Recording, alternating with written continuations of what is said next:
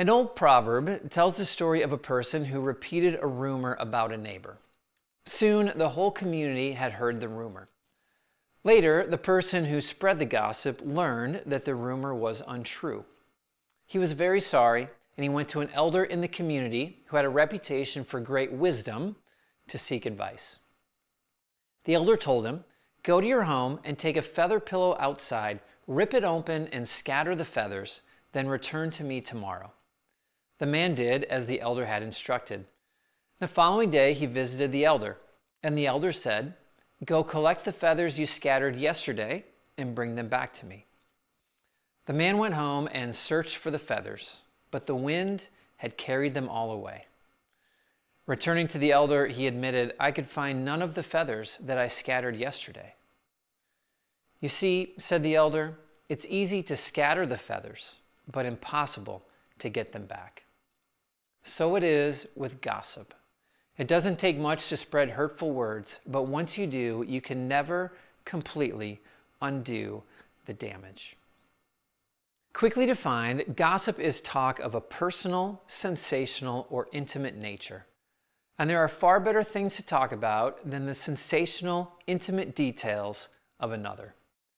Gossip almost always complicates our lives rather than simplifying them. Unfortunately, gossip feels good, and the short-term rewards often distract us from the fact that we know better. It makes us feel better about ourselves to know something about someone else and share that with another. Other times, speaking about the personal faults of others makes it easier to overlook our own.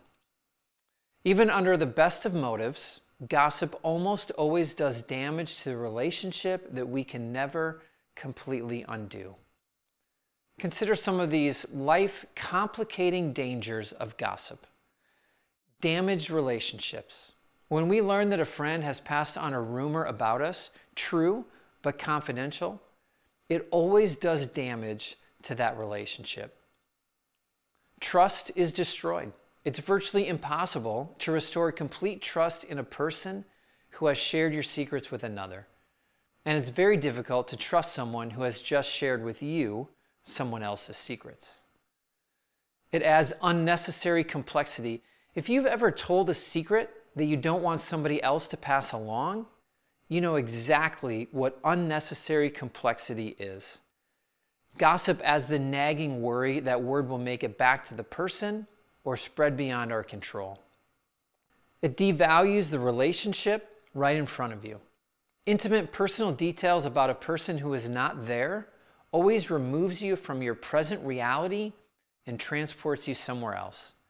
Not only does it distract you from the relational opportunity in front of you, it puts you squarely in the middle of a personal scenario where you don't belong.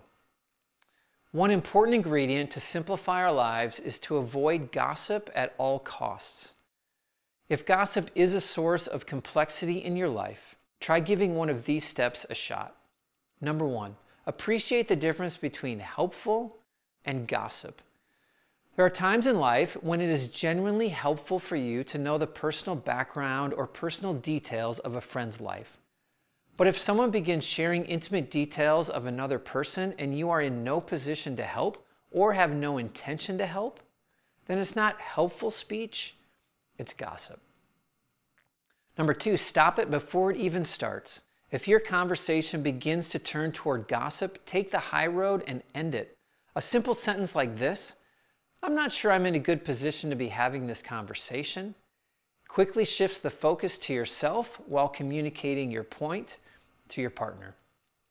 Number three, engage in meaningful conversations about the people around you. There's a 100% chance that you have not fully explored the deepest places of the heart and the life of the person in front of you. So rather than engaging in conversation about someone else, choose to ask deeper questions about the hopes and dreams and fear of the people who are present. Number four, avoid the two greatest causes of gossip, pride and self-exaltation. Gossip makes us feel better about ourselves because we get to revel in the fact that other people have problems too. This is especially gratifying when their problems are seen as more severe than our own. It is selfish pride and a need for self-exaltation that results in that mindset. Number 5, stay positive with your speech. Use positive words as much as possible, even when talking about another person. Speaking positively about a person who isn't present rarely leads to gossip and almost always leads to a closer ally. This positive speech will also encourage the people around you to do the same. And number 6, celebrity gossip is still gossip. Remember, just because they appear on magazine covers does not make their personal secrets fair game as a conversation topic. Gossip can appear on the pages of a magazine just as easily as it can during a conversation in your living room. It just seems that with all the things that we could choose to talk about on any given day, the intimate details of another person's life should be lower on the list than it usually is. Hey everybody, Joshua here. I want to let you know that my new book, Things That Matter, Overcoming Distraction to Pursue a More Meaningful Life, is now available everywhere books are sold.